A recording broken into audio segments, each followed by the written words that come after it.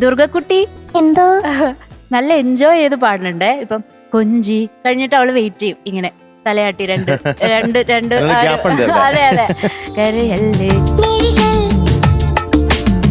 നനയല്ലേ ഇളമനമുരുകല്ലേ ഏതോ മൗനം എങ്ങോ തേങ്ങും കഥ നീ അറിയില്ലയോ ആദ്യത്തെ പാട്ടായിരുന്നിട്ട് കൂടി യു സാങ് വെരി വെൽ. അതു കേൾക്കിയിടനെഞ്ചിലറിയാതെ ഒരു കൊച്ചു നെടുവീർപ്പിലുരുകുന്നു ഞാൻ. ഇനി പതുക്കെ പതുക്കെ പതുക്കെ നമുക്ക് ഗംഭീര ഗായികയായിട്ട് അങ്ങ് മാറാം. തീർച്ചയായിട്ടും. ഓക്കെ. അതെ.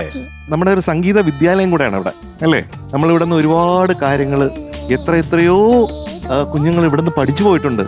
അവരൊക്കെ നാഷണൽ ലെവലിലും ഇന്റർനാഷണൽ ലെവലിലും അറിയപ്പെടുന്ന പാട്ടുകാരായിട്ട് പിൽക്കാലത്ത് മാറിയിട്ടുണ്ട്. അതാണ് ടോപ്പ് സിംഗറിന്റെ ലെഗസി എന്ന് പറയുന്നത്. കൊഞ്ചി